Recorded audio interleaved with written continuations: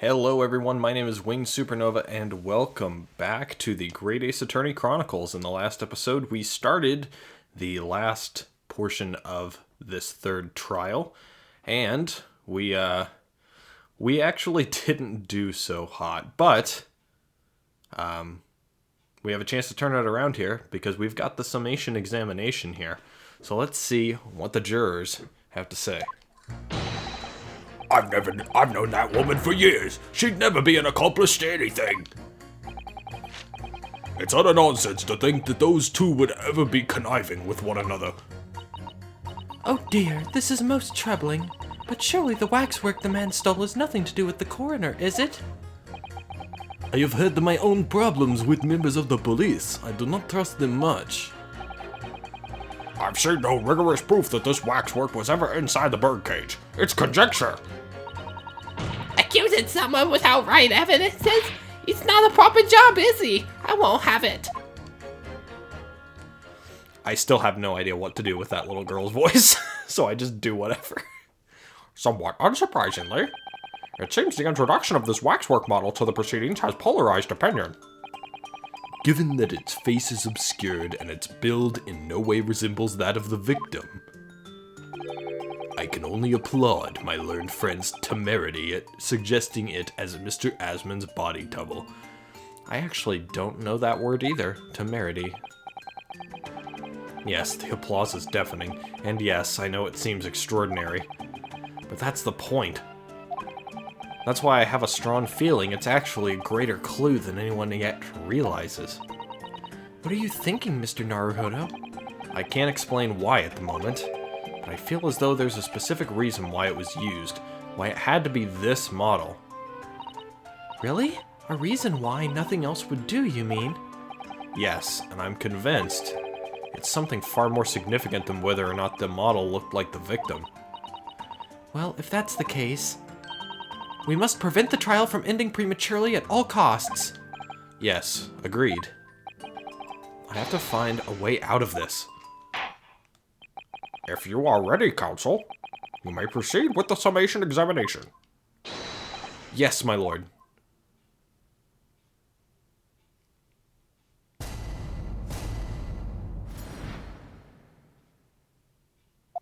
Okay, well, the only thing I have to go off of, the only thing that I can use to substantiate either of the things they just said, of course I presented this last time and got it wrong, but the piece of broken glass, I mean, that's from the Crystal Tower. Pretty sure that's from the Crystal Tower. And it was I mean, you can't really see anything inside of it, I don't think. I mean, you can check the sides of it. This piece of glass is almost as thick as it is wide. Yes, I've never seen anything like it. If you were to compare it to a human, only Mr. Sholmes has such thick skin. There's really no need for such a comparison, Mr. Naruhodo, as you well know. Anyway, it can only be from the Crystal Tower, surely? Yes, I think so too. It was probably made especially to meet the demands of that great structure. Yeah, I didn't think there was anything else, like there wasn't anything inside the glass or whatever. And then the only other thing that sort of links our theory about Courtney Scythe and the fact that the Professor wax work model that needed to be used for this crime is this right here, where it says Courtney Stevens. She could have remarried or something of the sort, right? Or maybe she was married at this time, and then she divorced. Something like that. But yeah, she has the same first name, not the same last name, though. So it would be difficult to prove, unless we get more evidence, that these two are the same person. But it was a coroner thing here that says death by hanging confirmed at midnight, 17th of June. Definitely interesting. So I think I'm just gonna press all of these. Hold it! The order of things seems to have changed around here for some reason. I'm a copper, lad. It's a copper's discretion to bend the rules sometimes when needs must. What's wrong with that? Where do I start? I've been working at the yard for 40-odd years. That's even more than I thought. We've only had a metropolitan police service in town for 70 years, you know. Of course, times have changed. The public didn't trust coppers back when I started. It was rough. We had to fight crime, and we had to fight to win the public's trust as well. And when we did. Forensic science was in its infancy, too. Even more than it is now. And she spearheaded the revolution. Dr. Scythe, you mean? That's right. About 10 years ago now it was. When I was still a youngish Bobby on the beat. That's when she started making a name for herself as a top-class coroner. And now look at her, head of the forensic investigation team, and a woman no less. Well, you won't hear me complain. It's what we all dreamt of back in the day, I tell you. Could you tell me without holding that gun in the air? We were all out to uphold justice, lad. Full of vim we were. Full of vim. That's coming across loud and clear. So I got a little bit more background information on Courtney's past as a coroner. That's interesting. Hold it! But we're only just starting to understand this case. What are you reading there, sir? The man behind those murders on Solar Pond Street was caught in 2 days flat. That's real policing for you. That's really not relevant to this case, is it? You're on there. Because it was Dr. Scythe in charge of examining the bodies. And it was evidence arising from her work that led to the arrest of the scoundrel responsible. Oh. That's right. Oh, that woman is at the forefront of this country's fight against crime. The idea that she's somehow involved in this murky business is a load of old tosh. I thought it was up to me to press the jurors, not the other way around. This is most troubling, but surely the waxwork the man stole has nothing to do with the coroner, is it? Hold it! Why would you assume that? Well, quite simply because that unsettling swindler has no relationship with the woman, does he? True. As it stands, we don't know of any connection. Oh gosh, but it would be delightfully romantic if they were somehow to have a mutual interest in the waxwork. Romantic? A woman of society such as myself views everything in terms of relationships, you know.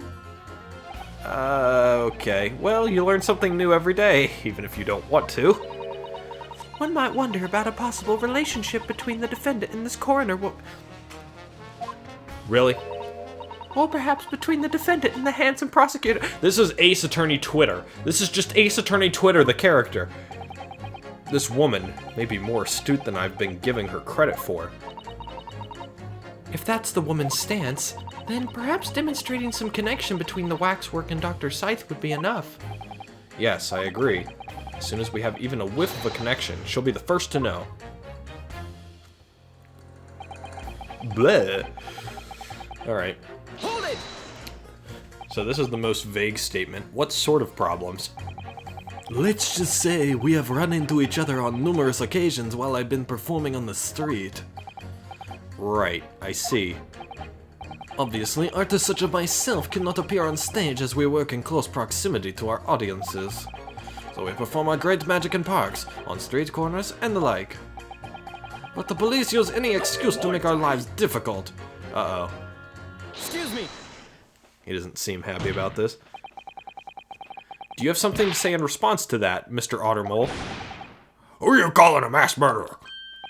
Sorry, my mistake. I got confused because I heard you look like him. I don't look anything like the man. You want to be locked up, Sonny? Thanks, Mr. Sholmes. Perhaps we could move on. I was really wondering if you had something you wanted to add in response to what juror number 3 just said. And clearly you do. Back in my day, back in the good old days, it wasn't like this.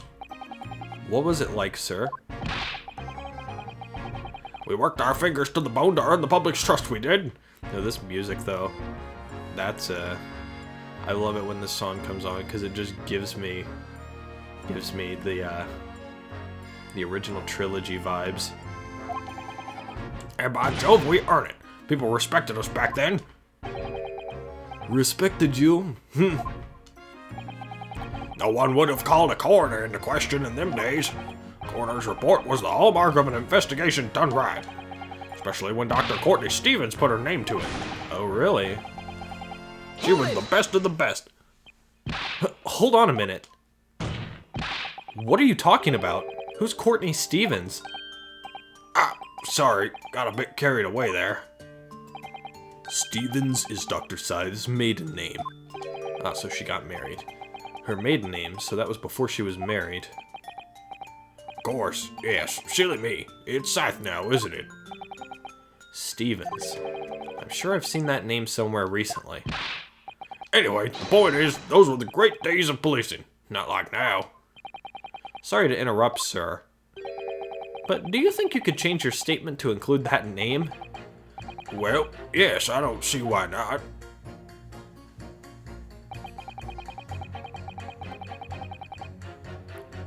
And then, that's interesting. So we can... The waxwork the man stole has nothing to do with the coroner, is it? Okay, so I can potentially pit those two together now. So we're gonna do that, but I'm gonna save first because I've turned from never saving in an Ace Attorney game to being a save scumming bitch as soon as I started recording. So here we go. Yep, we got one. Those two statements clearly contradict each other. Oh, no, they don't. Good gracious, to whose statements do you refer, counsel? So, juror number 2. Oh gosh, me? What can I do for you? Maybe they do. I presume that you heard what juror number 6 said in his statement. It's brought to light that the maiden name of the coroner, Dr. Scythe, which in turn has revealed a connection... Oh, I misread that. It's brought to light the maiden name of the coroner, Dr. Scythe, which in turn has revealed a connection that wasn't apparent before. Well, naturally, as a woman of society, I find such connections and relationships irresistible. But oh golly, I'm afraid I fail to see what you mean. Dr. Scythe's maiden name is Stevens, and through that name, the coroner is very definitely linked to the waxwork of the killer. The defense has evidence to prove it. My goodness, evidence you say? How utterly enthralling. Counsel, the court cannot overlook that last remark. I very much hope there is substance to your claim. Of course, my lord. I would ask the court to look at this. The evidence that clearly links Dr. Scythe to the masked murderer known as the Professor. It was this. I have here a certain autopsy report from 10 years ago. A 10-year-old autopsy report? What relevance does that have? It is, of course, from the autopsy of the person portrayed in the waxwork, the killer known as the Professor. The Professor's? But the man was a capital offender, so... That's right. This is the certification of death that was drawn up after the convict's execution. The identity of the killer was never made public, so the report gives few details. But what's important is the name of the coroner who wrote it. Courtney Stevens. Oh my! Courtney Stevens? Straggle-eyed! It appears that the professor's autopsy was conducted by Dr. Scythe 10 years ago. And a few days ago, Mr. Drebber very deliberately stole the waxwork of the professor from Madame Tusspells. A waxwork that doesn't in fact resemble the victim, Mr. Asman, at all. And do you suppose there's some unsavory relationship between those events? Absolutely, I'm sure of it. There's no doubt in my mind that the Professor case is at the heart of a link that we have yet to uncover. Between Dr. Courtney Scythe and Mr. Enoch Drebber. Hidden links, mysterious connections, secret relationships. This is all most extraordinary. We're surely obliged now to explore this further. We got one. I don't think we're gonna get the policeman so quick. Oh, I guess maybe we are. Quite right. We can't let this trial come to an end now.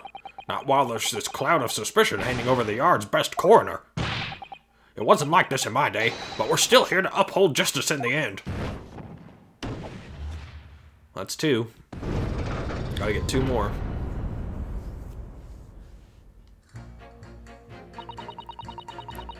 It's the professor, that's what links that frightful swindler and the coroner. And I want to see what the first guy has to say now. If a yard coroner's under suspicion, then we're not done yet here yet, are we?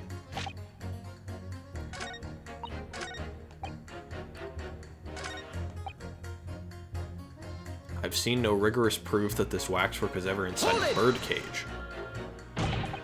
But you claimed the whole instantaneous kinesis demonstration was a trick. That I did, but there's more than one way to pull a rabbit out of a hat, isn't there? Sorry? I grant you, given this cage appeared from amidst an explosion, there'd have been no need to use a real person. But if a waxwork had been used, the culprit could at least have had the decency to make it look like the victim. I'm not sure exactly how much criminals are governed by decency. The point is, if you're going to make a claim about that waxwork being inside the birdcage, you need to give us some evidence. Without that, it's just not science. I suppose we should expect nothing less than a logical argument from a fellow of the Royal Society, but that perhaps means his mind could be changed if we manage to present suitable evidence. Evidence that the Professor Waxwork was inside that birdcage. Can I produce that or not? I can, actually. Actually, I have something I'd like you to see, sir. Oh? I must warn you that I firmly believe it's only wise to trust men in white coats. So given your jet black outfit, I don't mind admitting to a sense of trepidation here. So you don't trust anyone in black? Looking in the mirror must be very trying. Damn! I do have some evidence that proves the waxwork was inside that birdcage. Namely... should be this. What's that? A piece of glass?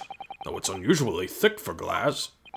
Yes, it's a piece of broken glass that we found inside the jacket on the waxwork. As you say, it's not ordinary glass, though. It's very thick and clearly made for extra strength. Much like the special glass that was developed for the construction of the Crystal Tower. The Crystal Tower? Holy smoke! Exactly, the centerpiece of the Great Exhibition where the very incident we're talking about took place. On the day in question, the birdcage fell from above and smashed through a window of that special glass. From which this small piece originated, is that it? Precisely. So, what do you say? Now that clear evidence in support of the assertion has been placed before you. Well, as I said, I only trust men in white coats as a rule. However, when the reasoning is sound, it's fair to say color shouldn't come into it. In light of what you've shown me here, yes, I feel obliged to change my position on the matter. In that case, juror number 4, you will amend your statement now, please. Okay, what does he have now? The presence of that piece of glass leaves me in little doubt that the waxwork was indeed inside that birdcage. And then her. Hold it! I've got to ask, why have you brought that corn into court with you? Colonel Cobb, he's been growing back on the farm. Picked him off on me way to town. He's a proper nibbler, is he? He is? That's the wrong thing, oh my god. Yes, the nibbling seems to be taking quite a while. Perhaps, Jesus Christ, maybe it could wait until after the trial. I can read. Oh, I don't like the sound of that. You need colonels at times like these. Whenever I've something too big to decide, the colonels always point me in the right direction, see? You're talking about your cob of corn? Nibble, nobble, guilty bubble. Nibble, not guilty, out. Nibble, nobble, guilty bubble. Nibble, not guilty, out. Oh my god, she's gonna keep doing this, isn't she? I'm not reading it 2 more times.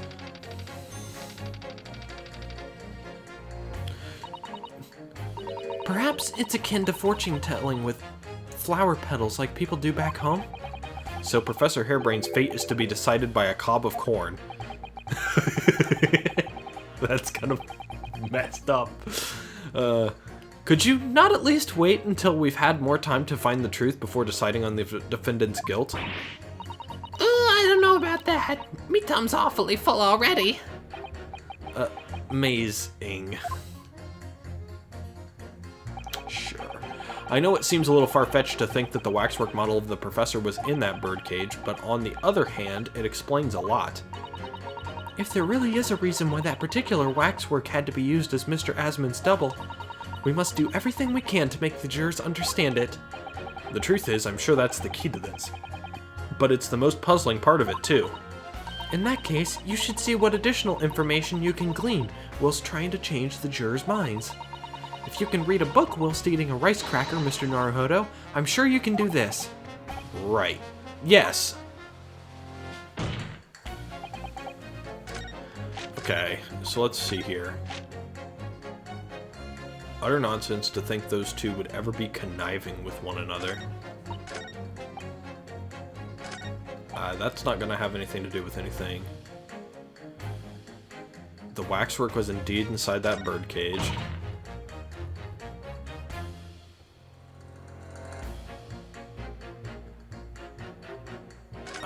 I'm not sure if I want to pit these two together or not.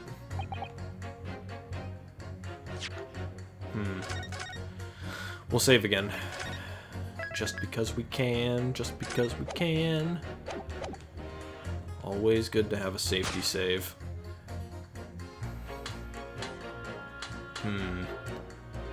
Utter nonsense to think those two would ever be conniving with one another. Talking about Enoch Drebber and Courtney Scythe, of course. Presence of the piece of glass leaves me in little doubt that the waxwork was indeed inside the birdcage. I mean, that doesn't really prove that they were working together. That just proves that he stole it and it also was in the birdcage, so he is inextricably linked to the crime. And it's specifically him who's linked, not Scythe, in that regard. Accusing someone without right evidence is... See, I think she's talking about Drebber, but...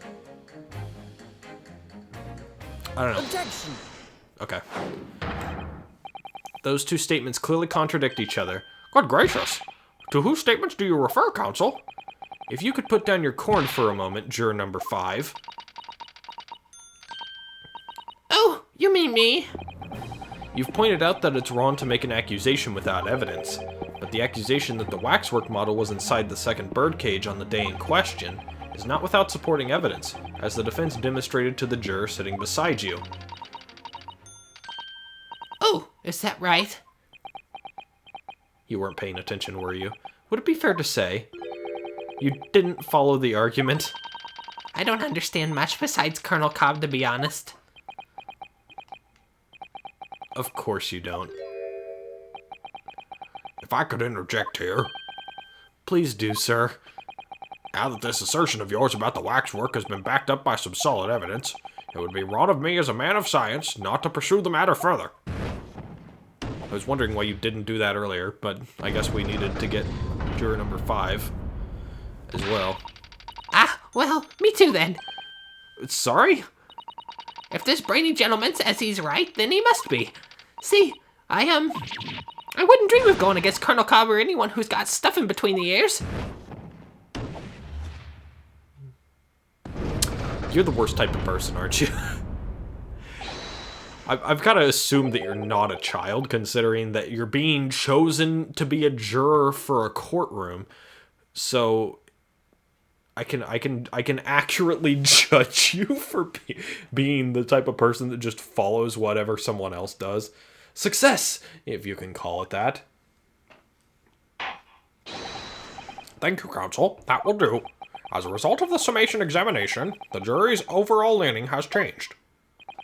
2 jurors now call guilty, against 4 who call not guilty. Accordingly, the court has failed to reach a consensus at this time. And the trial must continue. We did it.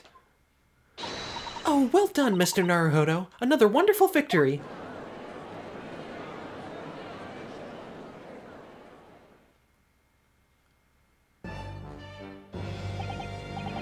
A waxwork of the despicable professor.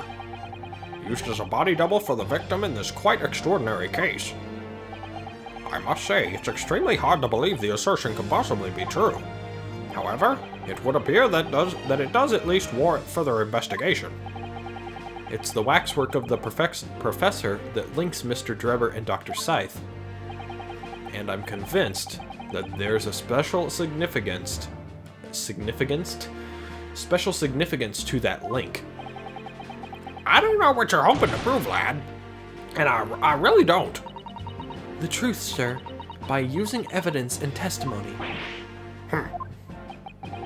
If the court is to delve deeper into the alleged involvement of the waxwork in this case, then the prosecution calls for the owner of the model to be summoned as a witness.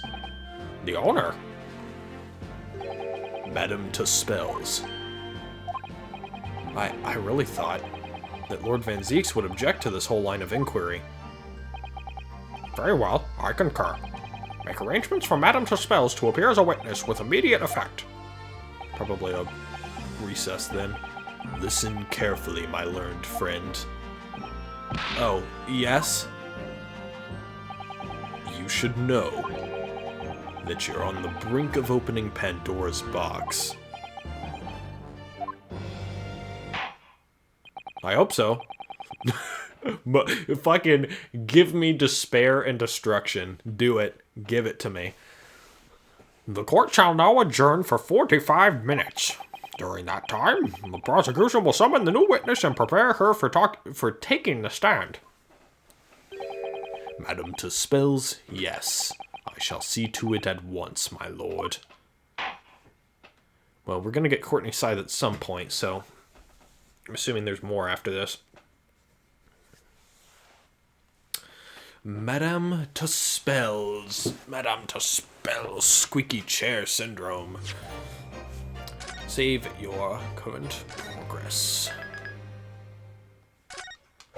Let's just... What tomfoolery is going to occur in this recess?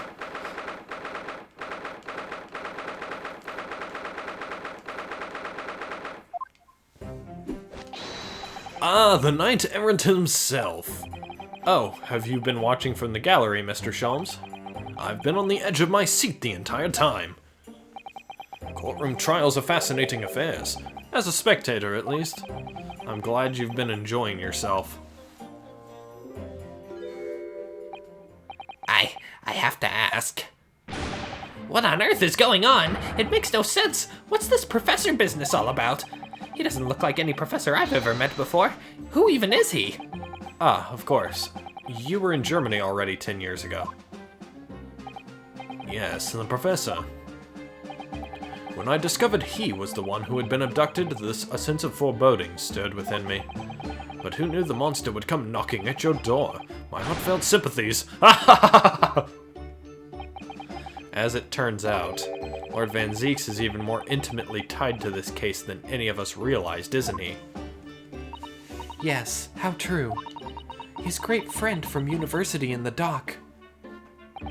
And now a waxwork of the killer who took his esteemed brother's life makes an appearance too.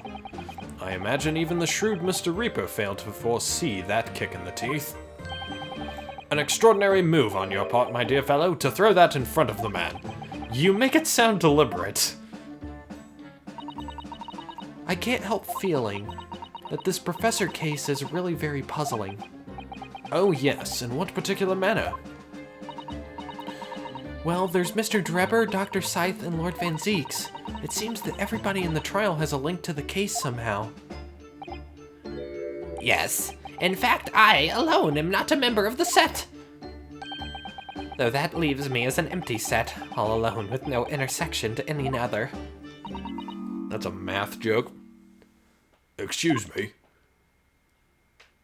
Oh, it's you. You're here. Dr. Scythe!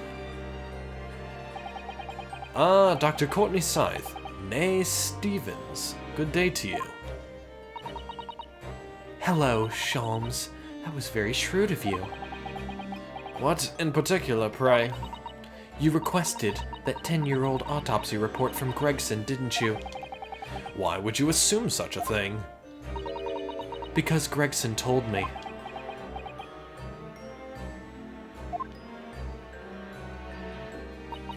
To think it's been 10 years.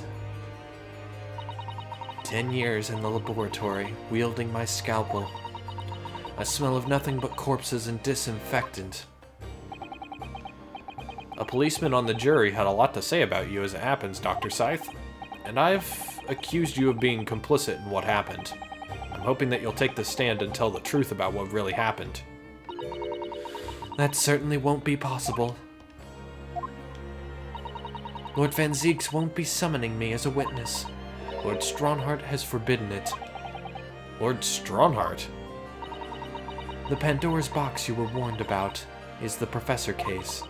But please don't make the mistake of thinking you'll get any information about it out of me. But attempting to hide from the truth, that's cowardice! I've always fought crime in the way that I see fit. I have no regrets, none at all.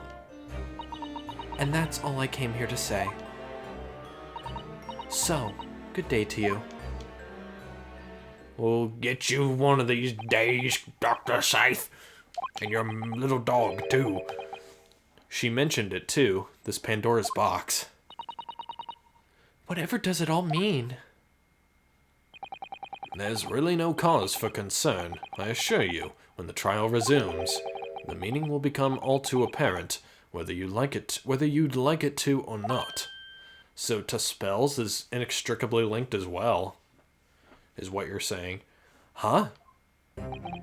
Now then, I believe it's almost time. I must make my way back to the public gallery. The edge of my seat awaits! I think maybe you're enjoying yourself a little too much. Ah yes, one word of warning before I go. If, in the course of the trial this afternoon, you perceive even a shadow of doubt about the truth, don't let it out of your sight. Pursue it like a dog with a bone. To the bitter end, you understand. Do not falter, whatever may come to pass. Alright, I understand. Thank you. Good, I shall make myself scarce then. I purchased a bar of caramel earlier, so I shall be gnawing on that as you gnaw away at the truth. Why did they render that? What is that gonna do with things? What did that warning from Mr. Sholmes really mean, I wonder? Especially the bit about whatever may come to pass. Well, I suppose they did render the bar of chocolate or caramel, whatever the hell it was. They drew a picture of it. Why? I'm confused. When you throw details into a game like this, where details are what I'm supposed to be picking apart, and they're like tiny details that don't seem to like make any sense or like have a reason to exist in the first place, I go, why is that there? What are you doing? It's like when you take a dog to a new house or something like that for like a dog sitting or something of the sort, and they're just like, where the hell am I? Who are these people? What are you doing with me? It's time for the final chapter then. I'm determined to find the truth, no matter what.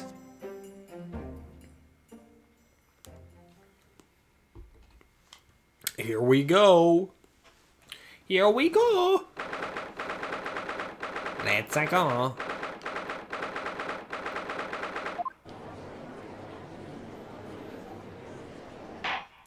This is going to be a mess, and I am too, so we're 1-1. In the name of Her Majesty the Queen, I hereby reconvene the proceedings of this court. Counsels for the defense and prosecution, are you ready and able to continue? The prosecution is ready, my lord. Yes, my lord. The defense is also ready. As the court is aware, this case under our scrutiny began with damaging incident at the Great Exhibition. Yet we now find ourselves embroiled in the details of a convicted felon who was sent to the gallows a decade ago. This trial has certainly defied all expectation. As seems to be the fate of all trials in which this Nipponese is involved, my lord. So then, let us begin our exploration of the defense's assertion that the waxwork was cardinally involved in this matter. Lord Van Zieks. My lord. Are we still awaiting the arrival of Madame Tusspells? Not at all. She is in the antechamber as we speak and ready to be summoned. Very well. Bring in the witness. At once, my lord. Bailiff, show Madame Tusspells to the stand. I always forget to turn that off. Things are about to become a lot more intense. If Drebber is responsible, as I'm sure he is, it means he must have had an accomplice in Dr. Scythe. And what connects the pair of them is the waxwork. Yes, the model of the professor. That's the key to the link between these otherwise unrelated individuals. It's a tenuous link, admittedly, but at present it's all we have to go on. So we'll have to get that information from testimony. Is that Sholmes? State your name and occupation for the court, please. My name is Madame Esmeralda Tusspells.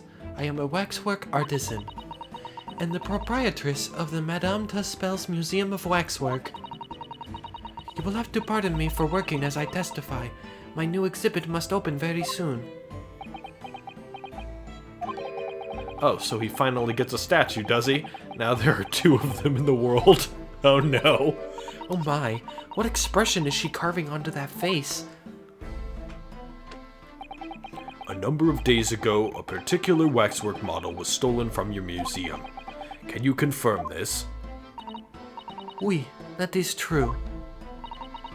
At first, we believed it had been kidnapped. A waxwork model? Kidnapped? Yes, my lord, there was a demand for ransom money left behind by the culprit. However, according to what I have just been told outside the courtroom, that was not the true reason. I understand it was utilized as a substitute for the body of a murder victim? At present, that is no more than conjecture proposed by the defense. This is the victim of this case in question, Mr. Odie Asman. But of course, I know him well. He is a part of my odious personages exhibit. I detest to say what is evident, but Mr. Asman does not resemble the professor at all. Yes, but perhaps their faces are very similar. I think she would know, considering that she did it. Are you suggesting that we should see now the damasked visage of the professor? I have here the key, but it is strictly forbidden to open the lock. This is absurd. Pardon? I don't know what face you've carved onto your fancy figure beneath that mask. But clearly, it won't be that of the actual killer. Indeed. The man's identity was never made public, after all. The trial took place in a closed court. The proceedings were strictly confidential. The condemned man was summarily executed. His identity remains a closely guarded national secret. There is no possible way that a repository of tawdry exhibits could get its hands on that information. Quel dommage. It would seem you are unaware of the Tusspells principles. What principles? I know the principles. The family Tusspells has always prided itself on sculpting its models à la perfection. Every detail, including the visage, is fashioned with complete fidelity. Et voila, our principles. There is a well-known legend about the Tusspells waxworks from the time of the French Revolution. A member of the Tusspells family is said to have made a waxwork of the queen who was executed. Oui, that is true. It was a century ago now. I believe the queen's face was carved in the minutes following her death, actually at the guillotine site. You are correct. The model is on display still. The model is on display still today in the House of Horrors. We Tusspells will stop at nothing to obtain a faithful replica of our subjects. Dear me. Somewhat disturbing tenacity of purpose. It is the only way to obtain a truly lifelike representation of the subject. And it has been my family's secret for generations. Do you mean to say that beneath that mask... Oui, the true visage of the killer is there. This is ludicrous. It's out of the question. The professor spread terror throughout Great Britain. As a result, the Madame Tusspells special exhibit remains extremely popular even today. The killer emerging from his own grave. It is a sight to behold. You should come. I think, madame, it would be beneficial to hear your formal testimony on this matter. You will explain every detail of this macabre model, and your personal involvement in its creation. With pleasure. This is gonna get dicey real quick. The special exhibit in the House of Horrors is based on a rumor that shocked society in London. An impression of the visage was taken directly from the corpse, in accordance with Tusspells' family principles. I enlisted the aid of the gravedigger and created a mold for the head in the cemetery just before the interment. I hid myself until he gave me a signal. I was there for a very long time that night. As dawn approached, I was very worried that I could be discovered. Interesting. The gravedigger? The man sanctioned this? Oui, I will do all that is necessary to achieve the true resemblance my family is celebrated for. Nobody else knew, only the gravedigger. What harm did it do, huh? So you truly saw it? The face of that monster? Naturally, I was aware at the time his identity was a secret. But Tusspells would not be Tusspells if we did not insist on absolute fidelity to our sculptures. I don't believe this. I myself have seen the special exhibit at your museum, madam. A truly blood-curdling scene, in which the murderer is emerging from his own grave. The scene it depicts was the subject of many rumors in London 10 years ago. I have here a newspaper from the time. This special exhibit was based upon the picture in this article. It was the most detailed account of what happened as reported by the eyewitness who saw it.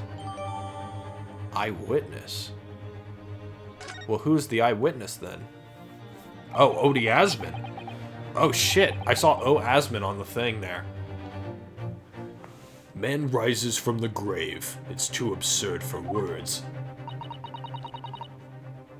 The public enjoys absurdity, monsieur.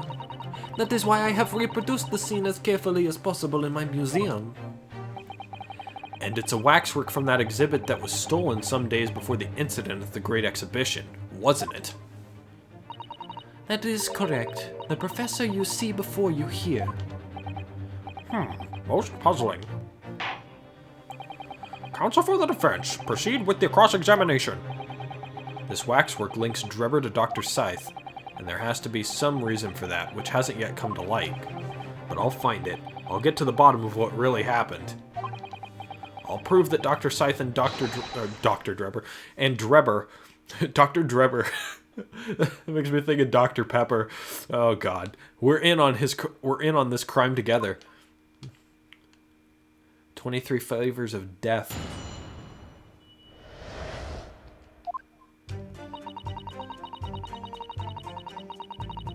Okay, so let's first check the paper real quick. Odie Asman. It's interesting that they actually redid this whole thing so you can read it. Was the Bal Mosque to blame for the Great Blaze? What? The fire that engulfed the popular theater continues to draw attention as reports that Her Majesty Queen Victoria herself visited the Royal Italian Opera to inspect the site and offer words of condolences to the theater's owner, Mr. Frederick Guy. The theater had been under lease to famed magician John Henry Anderson, and there is some speculation that the blame for the fire lies squarely with him for his insistence on holding his Bal Mosque there. Could his magical tricks have played a trick on him, costing the city a great center for the arts? The investigation into the true cause is expected to continue into the next month, if not beyond, according to our sources. So that was that over there. The Great Stink. Result to horrifying stench. Sewer system. Okay, that's a sewer system article. Charles Darwin to receive Copley Medal. Wow, that puts the time into perspective. Mad sheep rampage. Unexplained phenomenon grips Oxfordshire region. Mad sheep rampage. So the Wooloo got mad and started rolling into everything. That's what you're telling me.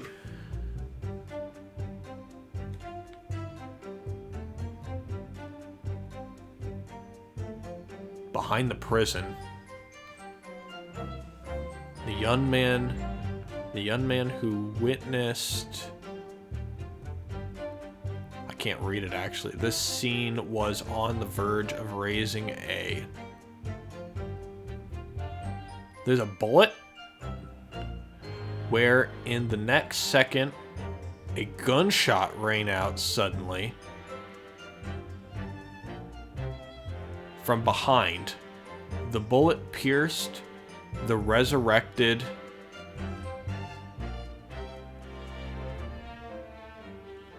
man's chest, whose breath then stilled once more. The youth then finally released the scream he had been holding and ran for his life.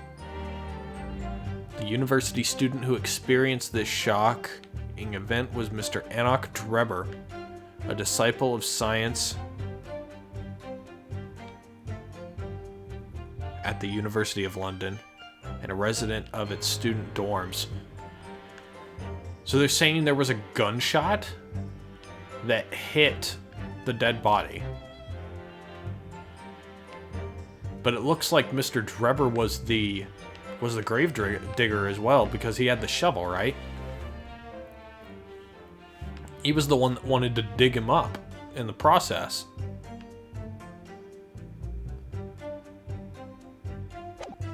That's so bizarre. And there's so many other names for that other case that has nothing to do with this one over on the right. Maybe that'll have something to do with something later on. Probably not, but it seems a little weird that they kind of, you know, just came up with that. Maybe that was an actual thing that happened at that time period, and I'm just not aware, but... And then you have Odie Asman right there. That's the same signature, right? Yeah, it's the exact same signature, so... It's definitely the same O. Asman. Interesting. So let's start pressing some things here. And that rumor would be... A 10-year-old tale now, but one that no Londoner would ever forget. Ah, right. I know just what you're talking about, I think. Of course, it couldn't be anything else. Yes, that story will never disappear. The tale of the condemned killer rising from the dead. That is the central attraction of my House of Horrors. The rumor was whispered all over the city, and it was like this. It was in Lowgate Cemetery behind the prison, in the dead of night after the execution of the killer. The interred professor slid back the stone slab covering his tomb and emerged from his grave. A young man who witnessed this felt a scream welling up inside him. But an instant later, he heard an ear-splitting gunshot from over his shoulder. The bullet struck the emerging corpse, and he fell motionless once more. The scream finally found its way from the mouth of the young witness, who turned and ran for his life.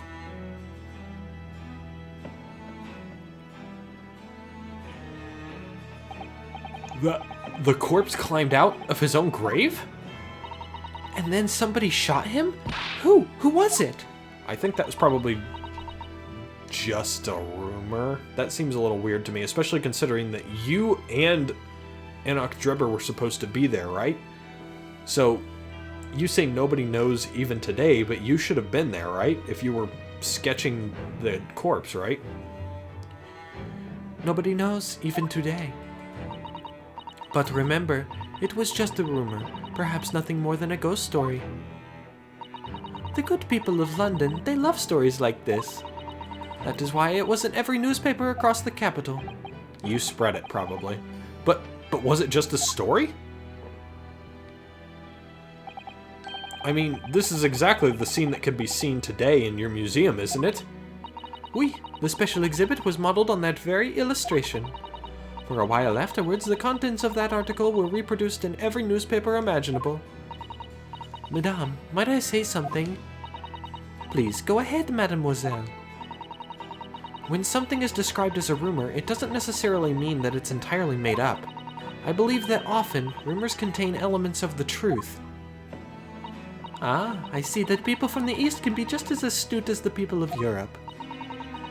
Can we be sure, for instance, that the professor's execution was successful? It is not possible for the dead to come back to life. Sorry? 10 years ago, I was there in Logate Cemetery. After the criminal known as the Professor was killed by hanging, I took a wax impression of his visage from the corpse just before it was interred. So I can assure you, the man was dead. I see.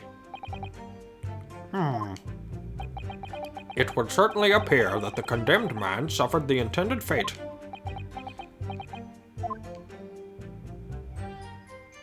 Yeah, I thought about that too, but it feels weird to me that they would keep him alive. Unless that's like, they like buried the body of someone who wasn't the professor. But we'll see. I think they actually did kill him and bury him there, and his identity is going to be something crazy. Something crazy that we don't know of yet. An impression was taken directly there. Is that true of every waxwork in your museum then? It is, assuming the subject is dead, of course. Live subjects have to cooperate in a similar way. I have letters from imprisoned criminals all the time, you know. What sort of letters? When my time comes, please make a waxwork of me. Komika. Komisa? I don't know how to do that one. No. My museum is famous, monsieur. To be made into a waxwork is an honor, and for some criminals, a symbol of status even. Because nothing says hardened criminal better than wax. Wow. They really fucking went into that one. They leaned into it. That's the term I'm looking for. And it is thanks to one killer in particular that my museum has gained such popularity in London. I refer to the star of the special exhibit, of course, the Professor. Whose form you claim to have captured by taking an impression from the actual corpse. There are no exceptions to the principles of Tusspells.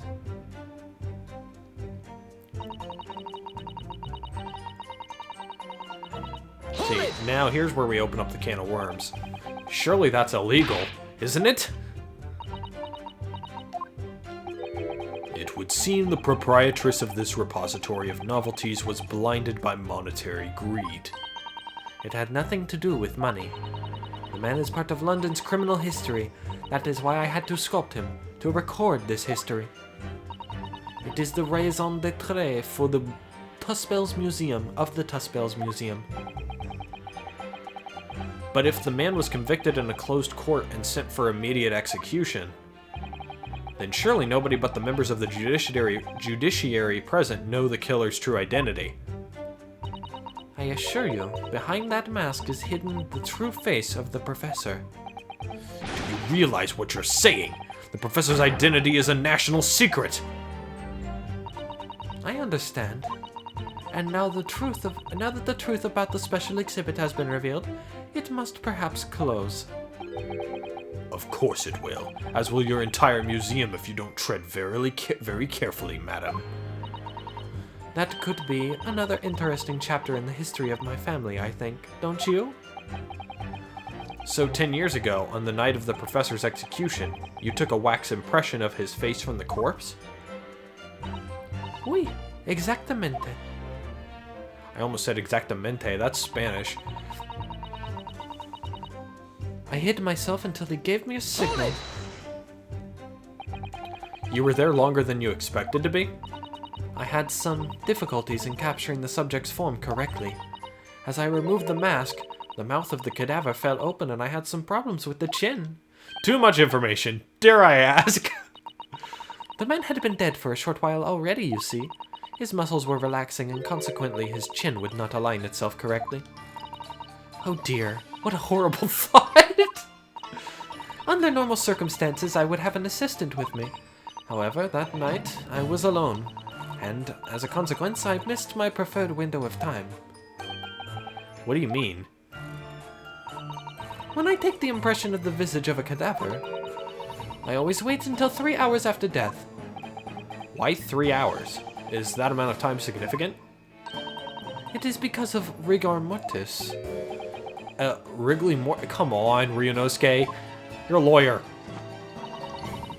It's the name given to a phenomenon that occurs in recently deceased bodies. As a rule, 3 hours post-death, the muscles in the body begin to stiffen. By approximately 10 hours post-death, the entire body is completely rigid and inflexible. And then from that point on, the muscles slowly start to revert to their relaxed state.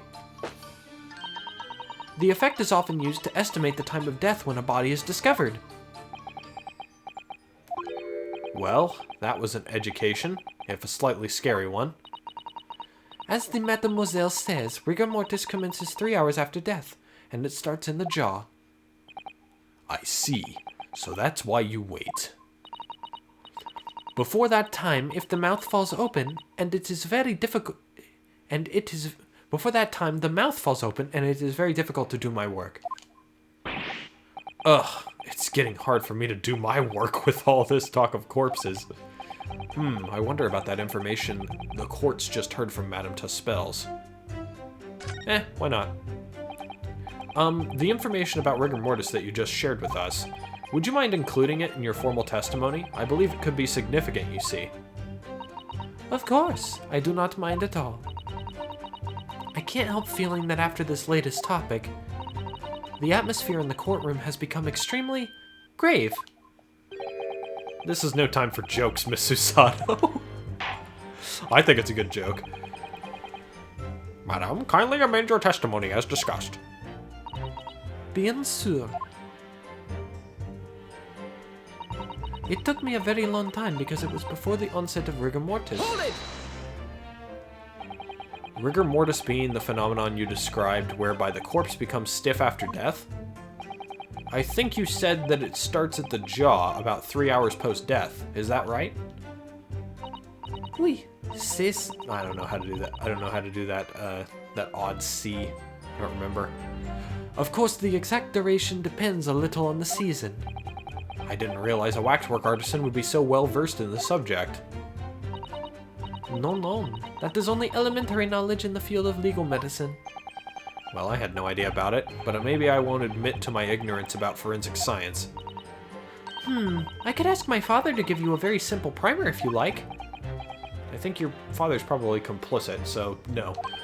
I think corpses should be your domain. I'm not good with them. Oh dear, I'll do my very best.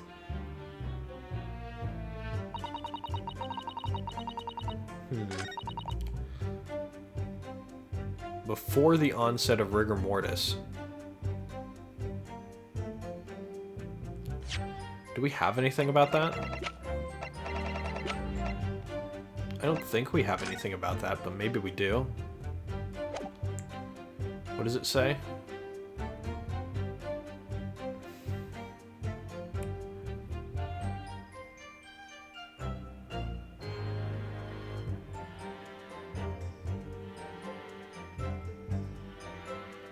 Huh. If it was before, then he was limp, right?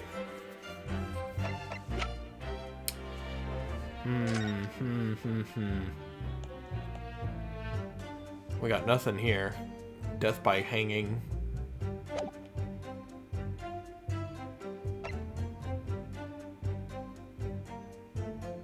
Wait a minute. Wait a fucking minute. I just connected the biggest dots in the goddamn world right now. You kidding me? Something just caught my attention. Death by hanging, huh? Well, guess what's interesting about Mr. Odie Asman? Guess what's interesting about his body? His neck was broken.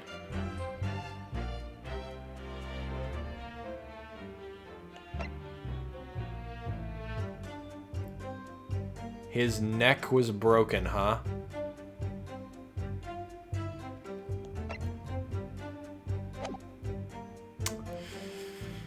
I'm not saying that they used the dead body of the professor for this, but I'm saying they used the dead body of the professor for this. Which means that someone that was up there on stage is still walking around. Yeah, whoever was up there on stage is still walking around. And they used the body of the professor, potentially. They stabbed it so that he would have a second wound. This is so weird now. Okay, you know what? I'm gonna leave it right here. I'm gonna leave it right here. We're gonna find out what the answer to this cross-examination is in the next episode, because I need a minute. I need a minute to process what I just thought of. Oh my god. Thank you guys for watching. Like the video. Fuck, I don't know. Just help. Help me. I'll see you in the next one.